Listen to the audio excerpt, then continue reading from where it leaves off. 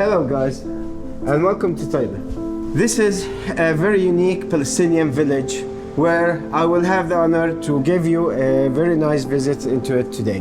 This is my family house. I grew up in here. This kind of house, we call it a hosh, where 3 or 4 families from the same bigger family will grow up in one place, which is the inner courtyard, hence the name hosh. This kind of building will set up a kind of mentality very specific to the Palestinian social mentality and mindset. To explain even better, when you grow up in a place like this, you will have your cousins who will become your brothers, and your uncles will become another father to you. This will make the family even more compact. This is the oldest part of the house that were built by my grandfather and his brothers in 1928. Families in this town go way back. Today, we will try to discover what is their story. What is this very own particularity of Taybeh, where all its inhabitants are Christians, claiming to be the first Christian community in the world. Actually, people of Taybeh have it that they became Christian on the hands of Jesus Christ himself when he visited this town. Let's find that out.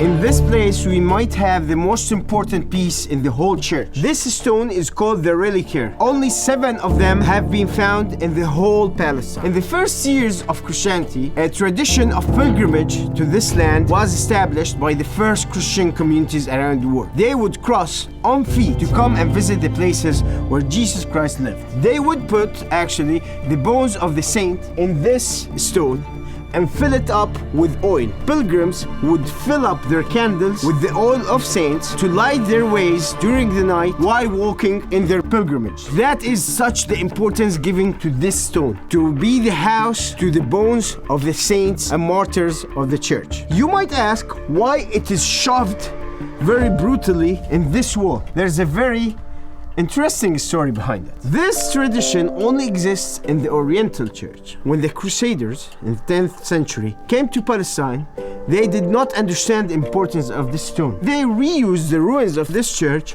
to build their own one. They treated it as any other stone. This is a clear example for the difference between Occidental and Oriental Church that still can be seen in the traditions and understanding of our day. That is a sign of our unique identity as Palestinian Christians.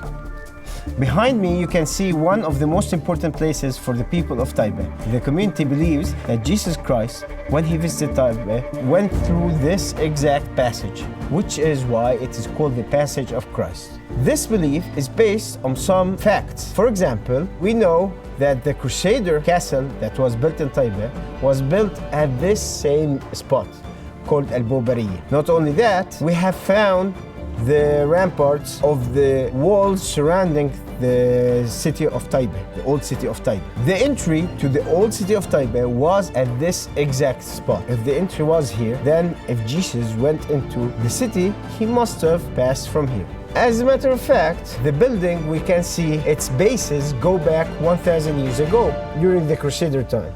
But the logic is still factual.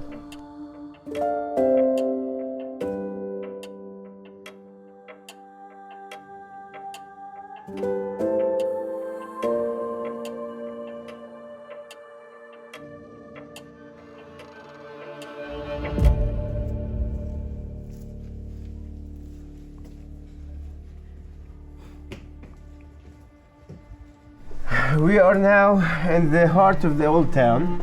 You can see that most houses are actually abandoned. Nowadays you have 1,300 people living in Taybeh. From Taybeh, living abroad, you have estimates of 12,000 people living. Roughly 12 times more of the inhabitants of the town living in the town at this moment. This just shows the huge amount and the importance of immigration and its impact on the town. this old town looks more like a ghost town, and there is a reason to it. In 1948, 2/3 of the Palestinian people forcefully displaced by Israeli militias. These people arrived in all kind of towns in the 1967 lands, including Taybeh. Taybeh received its fair share of refugees, which actually inhabited the most abandoned and emptied houses that were in the old town. People were building more modern houses at the outskirts of the town. Therefore, these houses were full of refugees at that time. In 1967, the people were reminded of the horrific scenes they lived in 1948, 20 years ago. And therefore, only with the gossip of Israeli army approaching Taybeh, people flee in huge numbers the town, going to the Jordan Valley. إخوتك هاجروا صح؟ أخوتي هاجروا. أي سنة؟ بسام هاجر سنة حرب الستة 67 وأنا وعيسى ومرته ومعدي هاجرنا 69. يعني ليش هاجروا هم؟ هاجروا فيش شغل. فيش شغل. عيسى كان معلم مدرسة. معلم مدرسة في الدير اللاتين. ومعه امتياز لغة عربية لغة إنجليزية. أيوة. وكان يشتغل شاعر. طيب تشتكي لهم تحبي يرجعوا؟ ما يوم بحب أخوتي يرجعوا، بس يا للأسف على أخوتي اللي ماتوا هناك. عندي أخوة 2 ماتوا هناك، عمك فرح وعمك عيسى. عيسى شاعر، عنده من الكتب 6-7 كتب، عنده لن تضيع الدماء. احكي لي عن أراضيك، شو الأراضي اللي ماخذينها الإسرائيلية؟ احنا أخذوا منا أراضي كثير، ومن كل أهل البلد أخذوا أراضي. أيوة. يعني المنطقة هاي الشرقية كلها احنا أخذوا منا، اللي هي تشيليا المستوطنة. أيوة. وأخذوا قطعة على جنبها 50 دنم. أيوة. تشيليا فيها 20 دنم، 10 إلنا و10 لعمتي. نعم. والهادي قطعة 50 دنم. أيوة. وفي كمان الخلال. وفي البرية 20 دنم. وفي جنحان فيها 4-5 دنم. وفي هاي ورا عند مستوطنة عوفرة 20 دنم. أيوة. وفي كمان جباس الزيتون. أيوة. في 6 دنم. وفي الراس زيتون في 4 دنم. وفي سهل جباس 6 دنم.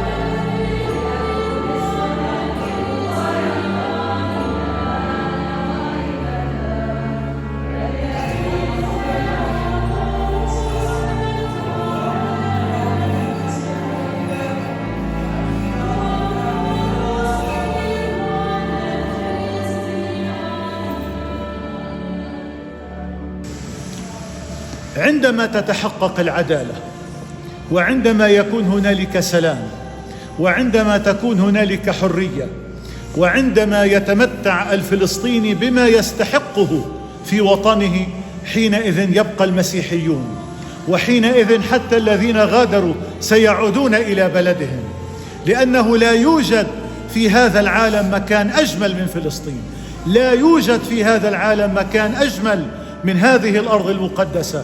كل المسيحيين الذين تركوا وغيرهم أيضا سوف يعودون عندما تفتح الأسوار والبوابات والحواجز العسكرية، وعندما تحل القضية الفلسطينية حلا عادلا يصون حرية وكرامة الإنسان الفلسطيني. إذا لم يتحقق السلام على أرض فلسطين لن تنعم إسرائيل بالأمن والسلام، ولن ينعم العالم بالسلام، لأن السلام الحقيقي يجب أن ينبثق وينبعث من أرض السلام، من أرض القداسة، من أرض فلسطين، من مهد المسيح. فنأمل من كل العالم إنهم ينظروا نظرة إلى شعبنا في فلسطين.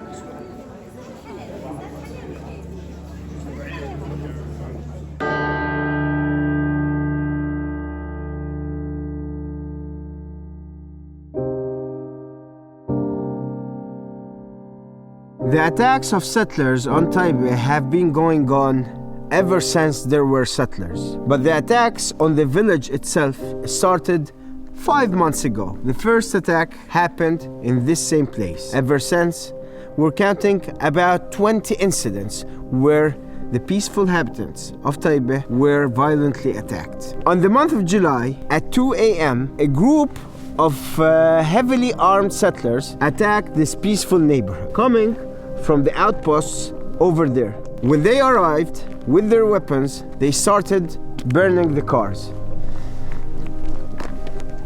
and attacking the houses. They were surprised by the inhabitants coming out of their houses, and they fled away because that was their first reaction. Otherwise, they could have had a very simple other reaction of firing. And in that case, we wouldn't be talking about some burned cars, but more about the lives of Taybawi people being taken away by the hands of teenager settlers, heavily armed. You see, when we talk about settlers, it is not just about the people who are committing the crimes, but the whole mechanism behind them. From the first days after that followed October 7th, some right-wing ministers, Israeli ministers, started giving away full automatic weapons to settlers. About 12,000 weapons that were given to anyone who wanted them. You're talking about children of 13 years old that are carrying weapons and have a carte blanche of doing whatever they want. Settlers did not hesitate